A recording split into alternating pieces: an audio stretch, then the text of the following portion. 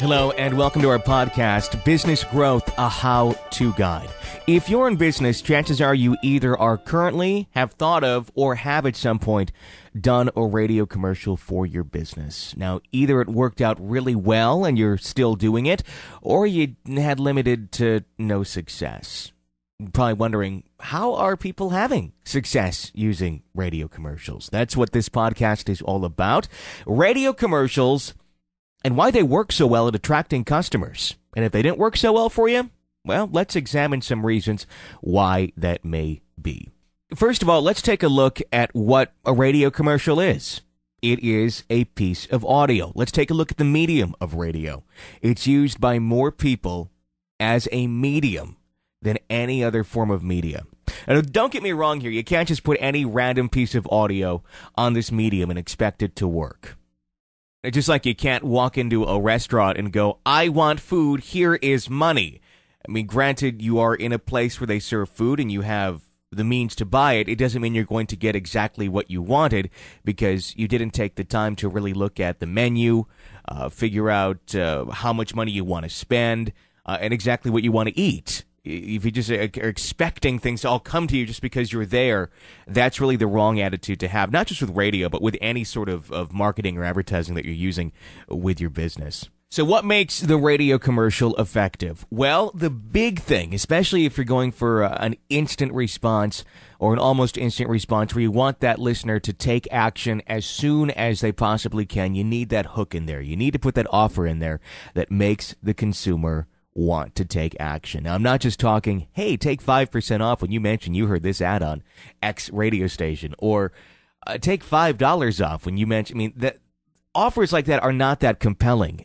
As much as you may think they are, or they should be, they're really not, because consumers get these offers every place they go. It needs to really be something that stands out. You know, something that really stands out? The word free. If you can give them something of use that's free, whether that be, I've seen furniture stores do free HD TVs. Now, granted, it's usually an aftermarket 14-inch small HD TV that's really not worth that much. But hey, it's a free TV. It's something. It's something that they're going to have a use for, and believe it or not, ploys like that do work.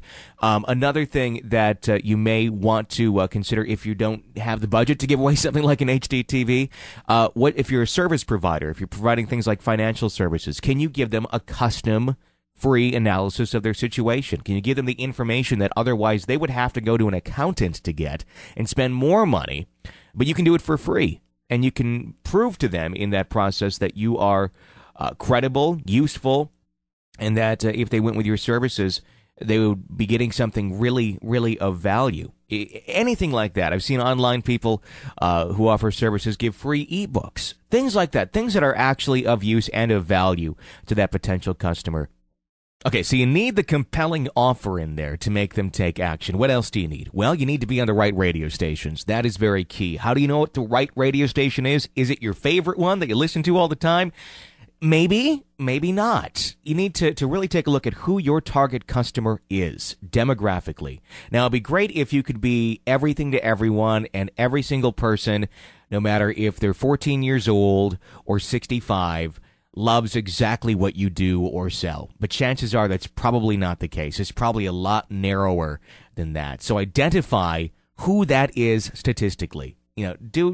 Take a nutshell of it. Who would it be if you were to grab like a 10 to 20 year age grasp of who that customer is, male or female or both or whatever, average income level, and then you can match it up with the radio stations in the area that best target that specific customer. And if you need some help with that, give me a call. I'd be happy to show you how to do that. It's very simple.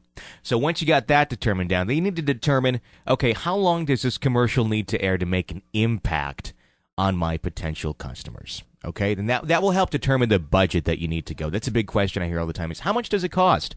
Well, what are you trying to do?